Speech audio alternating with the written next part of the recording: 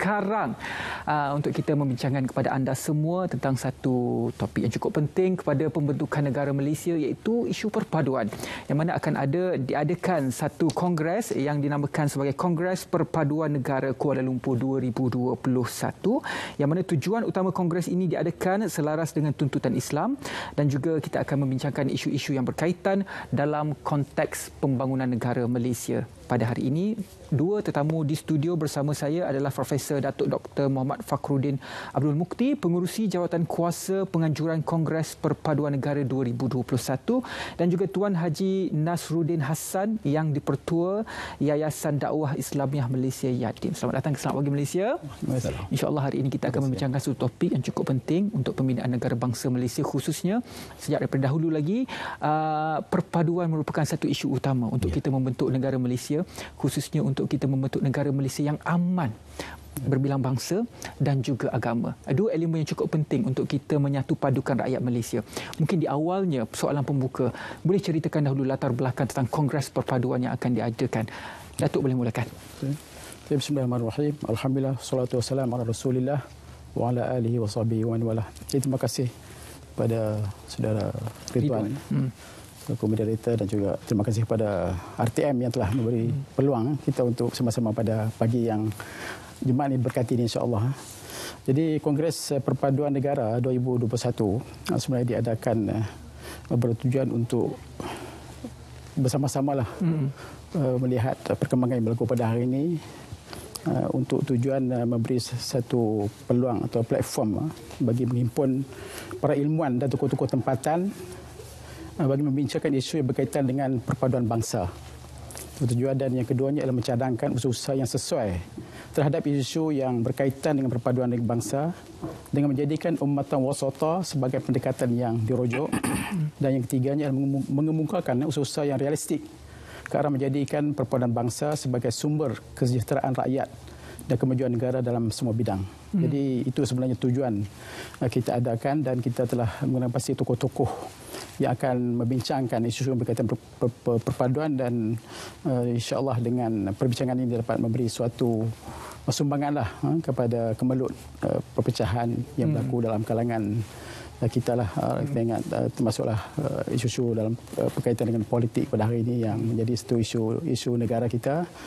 Dan kita juga yakinlah dengan penyertaan ahli-ahli akademik, tokoh-tokoh politik, bahkan kita jemput juga yang menteri-menteri, timbalan menteri, termasuk juga para pemimpin parti-parti pembangkang dan juga pemimpin NGO.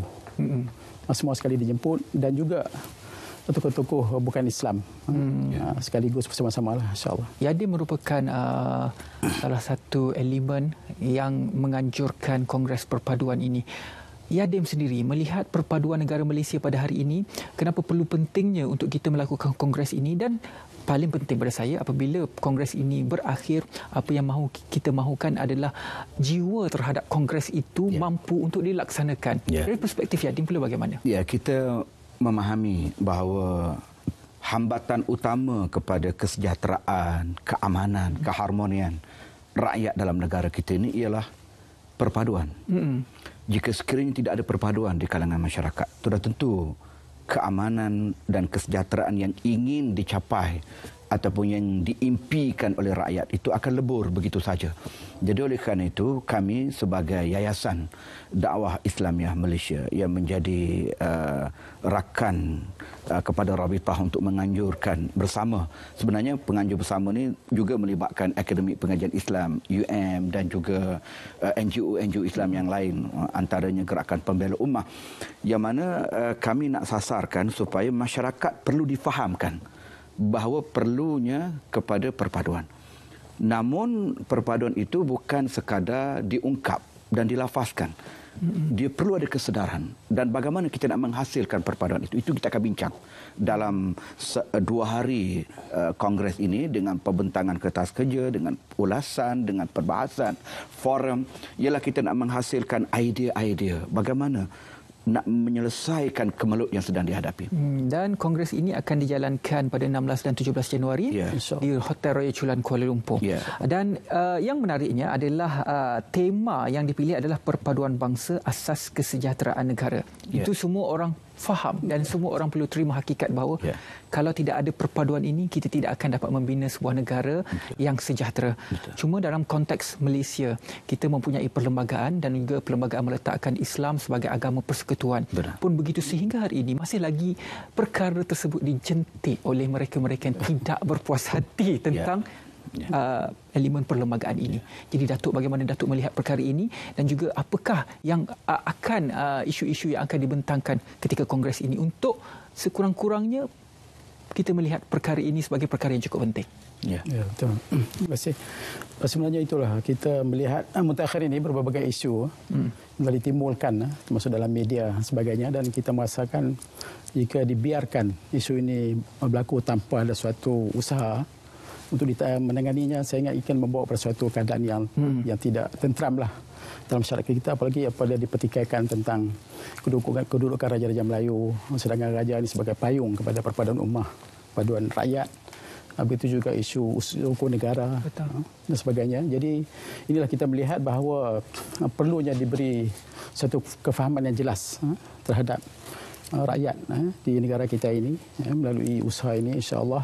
Dan kita mengharapkanlah supaya semua pihak dapat akur kepada kedudukan kedaulatan Raja-Raja Melayu dan juga sekaligus perlembagaan negara dan juga rukun negara yang harus menjadi rukun perpaduan dalam kalangan rakyat. Jadi ini kita sangat mengharapkanlah semua pihak dapat bekerjasama dan juga dapat memberi sumbangan yang sewajarnya dalam konteks ini, dan kita rasa kalau perkara ini dibiarkan atau dibincangkan secara terbuka dan mungkin kadang berlaku salah faham dan itu sebutkan tadi, tapi satu pendekatan akademik harus dilakukan untuk memberi kefahaman jelas tentang kedudukan misalnya rukun negara, kepentingan dia macam mana, termasuk juga kepatuhan perlembagaan negara, termasuk juga kedaulatan Raja-Raja Melayu kita. Jadi kalau ini tidak dihormati, mungkin telah hilang suatu tonggak perpaduan dalam kalangan rakyat. Jadi ini yang akan ditekankan dalam kongres ini, dan apa yang sangat kita rasa sangat bertuah dan bersyukur iaitu ke bawah Duli Yang Mulia Tuanku Yang Tuan Agong sendiri akan meresmikan kongres ini dan akan dilakukan majlis penutupan oleh Yang Amat Berhormat Tan Sri Perdana Menteri.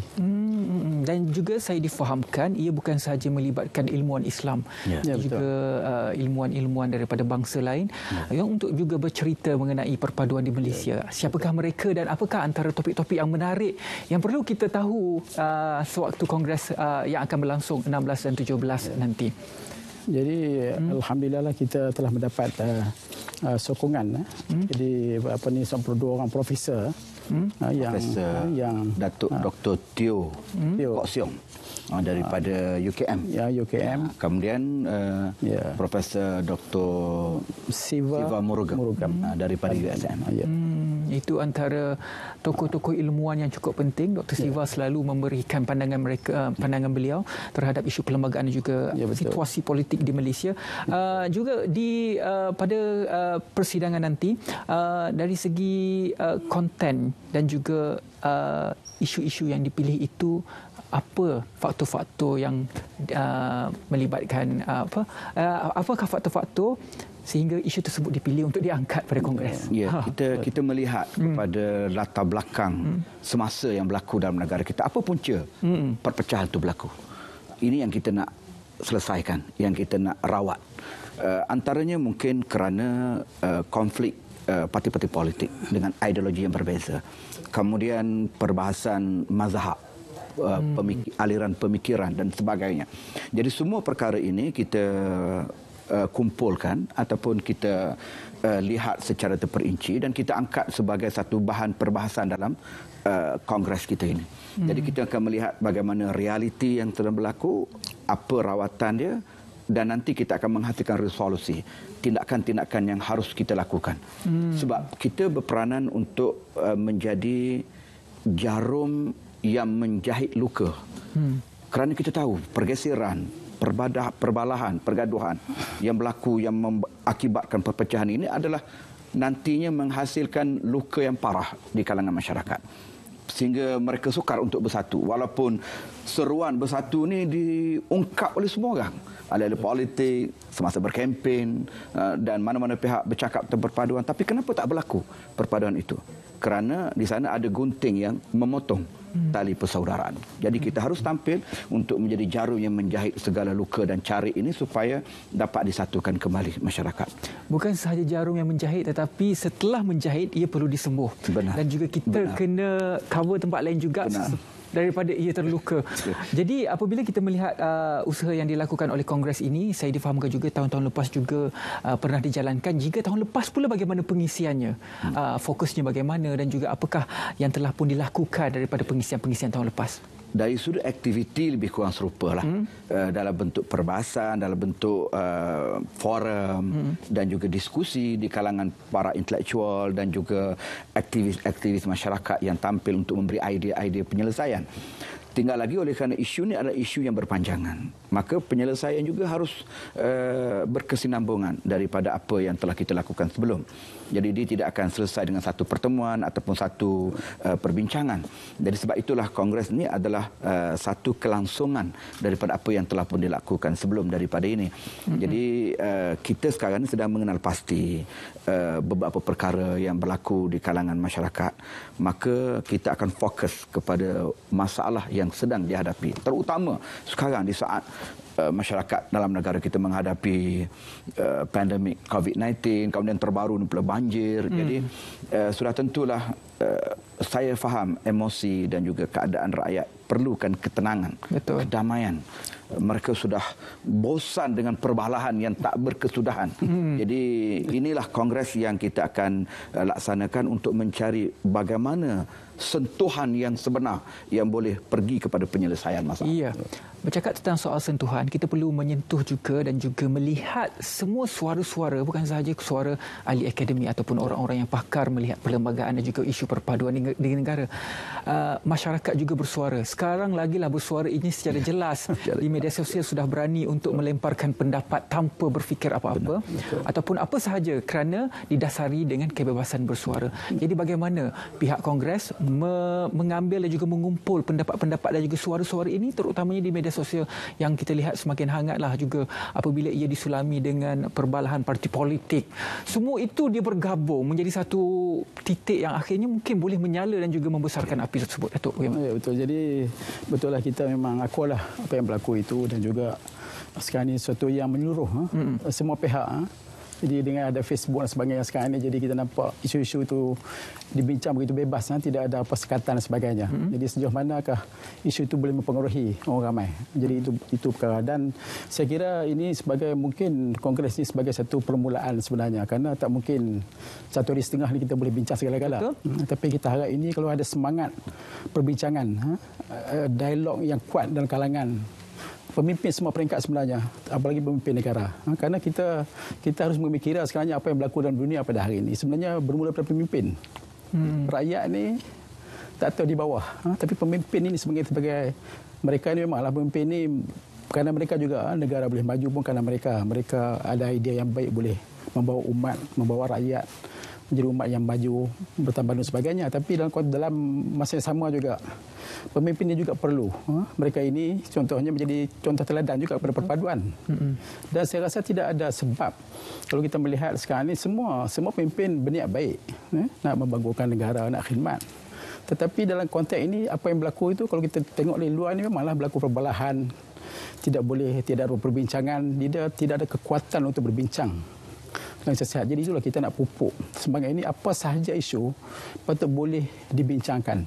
Betul. Boleh bermesra dan merentas segala pahaman politik. Kita juga bukan ada isu sebenarnya tentang ahli-ahli politik, pemimpin, tapi isu gerakan-gerakan Islam juga dan kalangan NGO Islam contoh pun sama juga. Kalau tidak ada satu tolak ansur, tidak ada semangat berdialog itu tidak tinggi. Jadi ini tidaklah betul-betul bersama. Dan bagi saya tidak ada faedah juga kalau kita melihat kalau tidak ada perpaduan, tidak ada kesefahaman ini. Kalau negara kita rosak, siapa dapat faedah? Betul. Macam berlaku di Timur Timur Tengah sebagai contoh. Jadi kerana perbalahan tak boleh nak bincang pun tak boleh, duduk semeja pun tak boleh. Jadi tidak kesudahan, akhirnya rakyat menderita. Bermakna perpaduan yang akan kita bincangkan dalam kongres ini perpaduan secara holistik, bukan sahaja agama, betul, bangsa, di kalangan NGO-NGO yang memperjuangkan agama juga. Betul. Tapi yang paling penting saya rasa adalah bagaimana kita mengangkat perlembagaan itu sebagai satu tunjang undang-undang di Malaysia, kerana dalam perlembagaan itu sendiri telah pun meletakkan kesucian agama Islam sebagai agama persekutuan.